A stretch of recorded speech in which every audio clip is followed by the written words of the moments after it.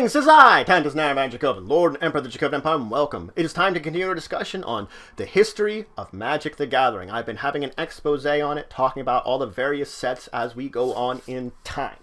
This week, I'm introducing to you the 6th core set that ever came out, 6th edition, or as it was called, Classic 6th edition. Sometimes it actually is just nicknamed Classic. It was the 6th core set, of course, as it sounds like, and it was released on April 28th of 1998. It had 350 cards, and it was accompanied by a major shakeup in the rules, a major amount of rules changes. Now, this was the first core set, of course, to involve cards from Alliances, Mirage, Vision, and Weatherlight, so it already has added in 4 new sets to the core set. It was the first core set to include an expansion symbol, and it was the first core set to have color-coded expansion symbol to reflect the rarity that had been introduced in Exodus.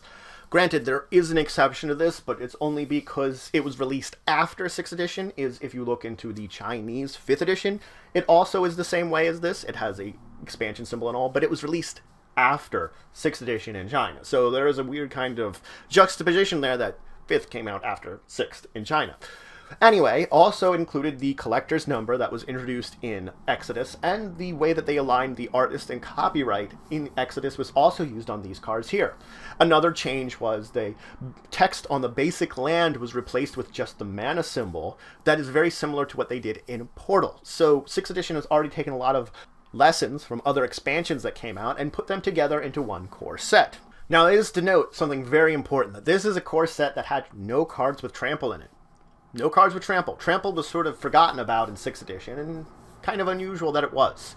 Now, as I had said, this had major rules changes, that when they went into looking at 6th edition and revamping the rules, first of all, they hoped to never have to have such a major rules revamp again. They hoped that this would be their final one. They wanted to simplify a lot of rules. There was a lot of complexity in the rules of Magic the Gathering that they hoped to cut out and remove and make it a lot easier.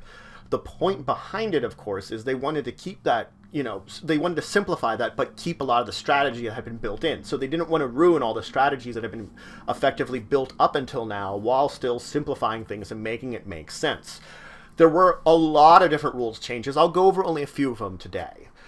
As I said, if you want to look up the full amount of rules changes, they do have articles online for that. I probably will put a link to one in the description below, if I remember to.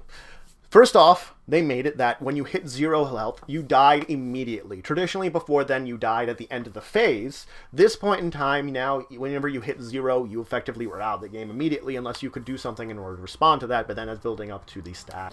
They got rid of interrupts and mana sources and changed them all to instants. So we had kind of been moving away from the fact that there were interrupts and mana sources as a type of spell, and they were pretty much instants. So they just made them instants to begin with and called it a day. They introduced haste as a keyword. Up till now, it was unaffected by summoning sickness that were the words on cards, but now they're like, you know what it is? It's haste. We've given it a keyword now. It's been around since the beginning, it's been around for a long time, but now we're actually giving it a name and making it a little easier to understand what it is. They got rid of the fact that when an artifact was tapped, it no longer had its abilities. There were artifacts that when it was tapped, effectively what it would do is it would no longer its abilities would no longer be active.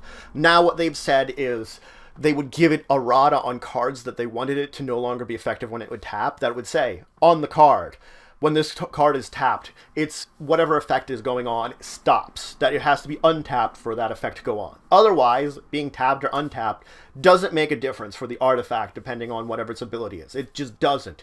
It would specifically for that artifact say if it did. They also changed it now that it was no longer summon, whatever it was creature. So it was creature, and it would mention whatever types it was. But this is also where it changed. Before, it was just it could have been either one word or a combination of words, which counted as one type. Now, each word that was after creature counted as its own individual type. So you would have creatures with multiple types now, that each one would count as those different things. So now, if it's a human cleric, it counts as both a human and a cleric separately. They also introduced on artifact creatures that they also had similar types to them. So they didn't have to specifically mention anywhere separately that they would have a type. They would say artifact creature and mention its types. Now it was sold in 15 card booster packs and 75 card tournament packs. So that, of course, you had, your normal boosters, and you had the tournament packs for tournaments. It also was sold in a 2-player introductory starter set that had 2 40-card decks and a set of rules and strategies that you could get. And the art on the booster is not reflected in any cards. So if you look at the art on one of the boosters of 6th edition, there wasn't a card that reflected it. Of course, there was the accompanying official classic game strategy guide, which was released with it, that helped give, of course, colored pictures of the cards, but also gave a lot of strategies and an overview of the new rules if you wanted to try to understand them. Now, there was a little bit of change that went between the, of course, English and most of the other foreign language cards and the Chinese. There were specific regulations on how skeletons could be depicted with the Chinese government. So the depiction of drudge skeletons was replaced with that of unworthy dead from Urza's Saga. Now, the set had 5 cycles. It had a cycle of Circle of Protections, which you've seen before. It had a cycle of Diamonds, which were actually reprints from Mirage, which they already had those. It had a cycle of Sack Lands. These were the lands from Fallen Empires that you could sack for extra mana. It had a cycle of Lucky Charms. These are again from Unlimited, that they would, when a certain color spell was cast, you could pay 1 mana and gain a life for it. And of course, there was a cycle of Pain Lands from Ice Age, where they would either tap for a colorless, or you could tap for one of 2 colors and take a damage. Now, there was an incredible amount of card change between 5th and 6th edition. For one thing, 266 cards that had been in 5th edition were not reprinted when it came to Classic 6th edition. There were 167 new ones from various sets that were included in to replace some of those. And of course, there was a whole bunch of cards that had their rarities changed, as it always seems to happen when we get into the core sets. Now, let's get into talking about some of the cards that were in this set. Of course, I've talked about some of these before. Other ones I just want to add in because they are pretty decent cards. There's Ashnod's Altar, which I have, mentioned before, where you can sacrifice a creature to get 2 colorless mana to your mana pool, part of some big combos.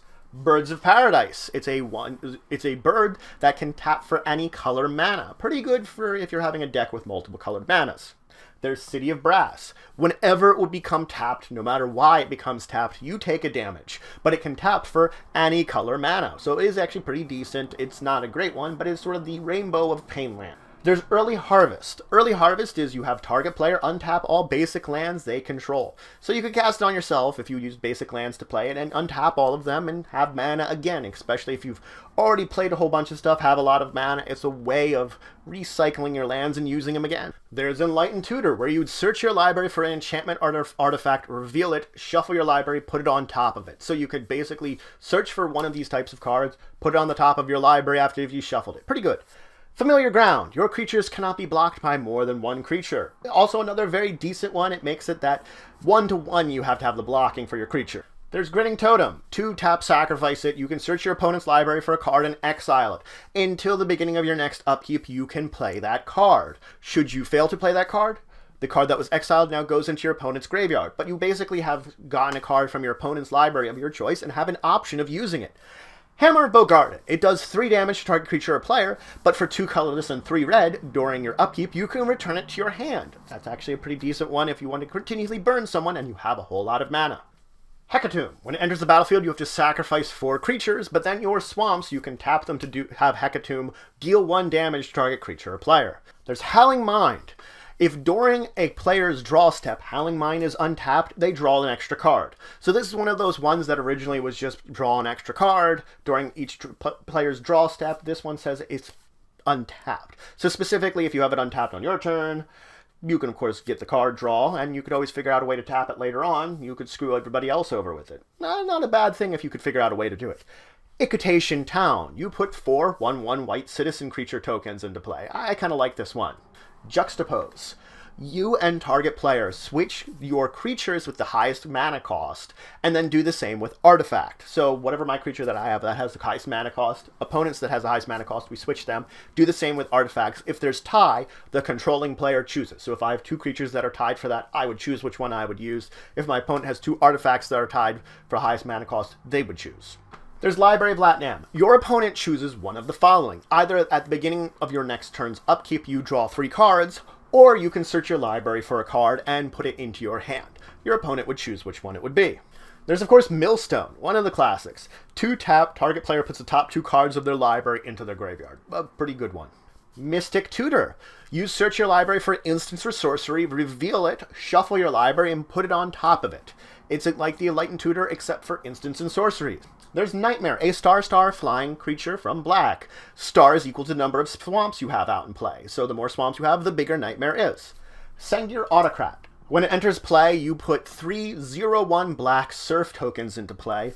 If Sengir Autocrat should leave play, then you exile all surf tokens. There's Sarah's Blessing. Creatures you control have vigilance. It's just a very good one. The Hive. 5 mana tap, you put a 1/1 colorless insect artifact creature token called Wasp into play. So it's a great way of getting tokens if you have a lot of mana in an artifact deck. Vampiric Tutor.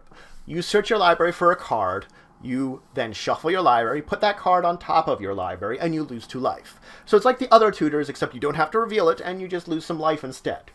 Worldly Tutor. You search your library for a creature card, reveal it, shuffle your library, put it on top of it. It's the creature version of the same spell we've been talking about effective. So that's it for today. I introduced you to Classic 6th Edition, which didn't do a lot of new things when it came to the cards. It included a lot of lessons that were learned in some of the expansions on making the cards more unified appearance, adding things like color-coded to the expansion symbol to let you know what rarity is, and having a collector's number at the bottom. Little things like that. It also, though, had a huge rules shakeup that it changed the rules, trying to make them easier. And the thing is, people still wanted the rules changed after this even. So it's hard to say, like, if they'd gotten to the point they wanted to, but things were still evolving when it really came to the rules. But this was an incredible major shakeup in comparison to any of the previous ones that had happened before.